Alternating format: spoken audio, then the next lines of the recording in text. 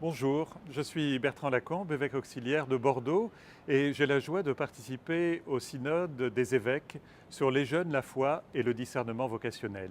Alors parmi tous ces thèmes, il y a le mot accompagnement, le verbe accompagner qui revient. Vous l'entendez dans votre vie de tous les jours, peut-être dans vos études où vous êtes accompagné, dans le monde du travail ou au moins au début vous êtes accompagné par quelqu'un. Et bien dans la vie chrétienne, vous le savez, on est accompagné aussi parce que nous suivons le Christ, mais il peut nous arriver parfois d'avoir du mal à le voir. Alors l'accompagnement que l'on connaît le plus, peut-être celui que l'on pratique aussi, c'est l'accompagnement spirituel. C'est-à-dire que on est avec une personne, un aîné, une aînée, un prêtre, un diacre, un religieux, une religieuse, une personne formée, qui va nous aider à repérer l'œuvre de l'Esprit dans nos vies.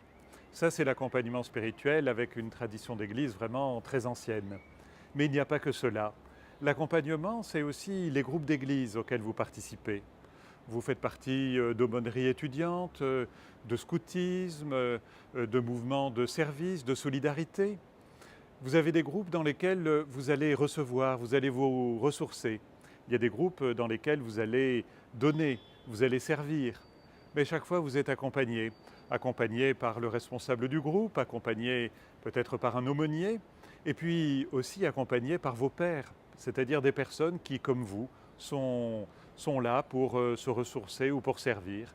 Et ils vous aident à vivre votre vie chrétienne. Mais il y a aussi plus que cela dans l'accompagnement.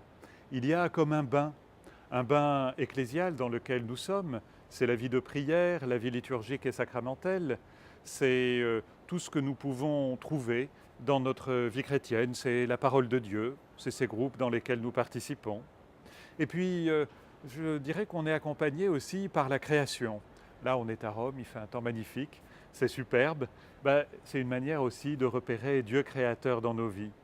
Donc vous voyez, on est accompagné de mille manières pour repérer que c'est le Père qui nous appelle, pour agir avec Jésus, pour nous laisser prendre par le souffle de l'Esprit.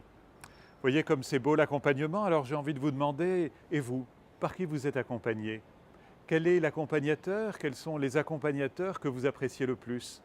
Est-ce que vous voulez remercier le Seigneur pour ce qu'il vous donne? Mais finalement, ce qui compte, c'est vous-même. Même si vous êtes accompagné, c'est vous qui compte, c'est vous qui compte, c'est vous qui êtes en jeu. C'est vous qui allez prendre la décision librement. C'est votre responsabilité. Voilà, vous pouvez éclairer votre vie avec les accompagnateurs qui sont autour de vous. Et puis, il y a une chose aussi, c'est que Dieu compte sur vous pour accompagner ceux qui sont autour de vous. Alors vous connaissez le proverbe français qui dit mieux vaut être seul que mal accompagné. Et bien quand on est chrétien, mieux vaut être bien accompagné avec Jésus et avec ceux qui sont autour de vous.